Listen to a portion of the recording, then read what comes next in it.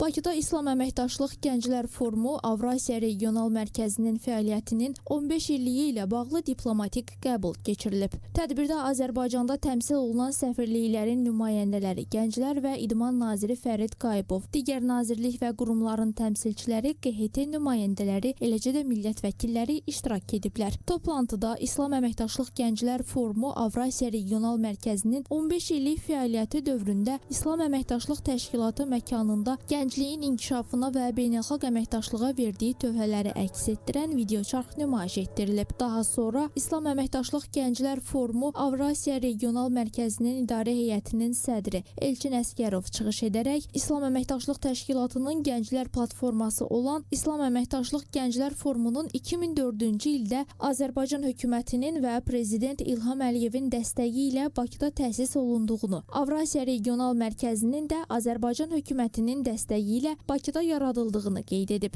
Gənclər və İdman naziri Fərid Qayıbov, eləcə də bütün diplomatik korpus adından Mərakeş Krallığının Azərbaycandakı fövqəladə və səlahiyyətli səfiri Muhammed Adil Embaraç təbrik nitqi ilə çıxış edərək Avrasiya Regional Mərkəzinin 15 il ərzində qloballaşan dünyada artan risk, təhlükə və çağırışların fonunda İslam Əməkdaşlıq Təşkilatı ölkələri gəncliyinin inkişafına və şəbəkələşməsinə, onların liderlik bacarıqlarının artırılması işinə verdiyi tövhələrdən bəhs ediblər.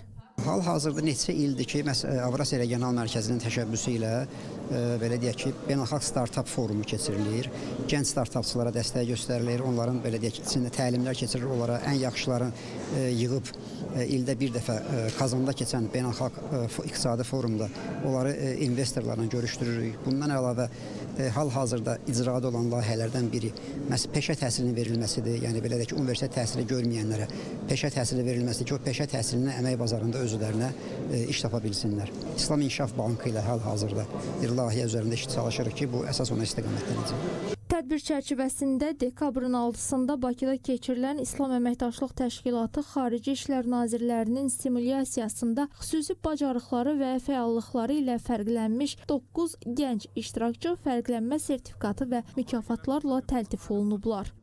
Tədbir İslam Əməkdaşlıq Təşkilatı ölkələrini təmsil edən mədəniyyət proqramı ilə davam edib.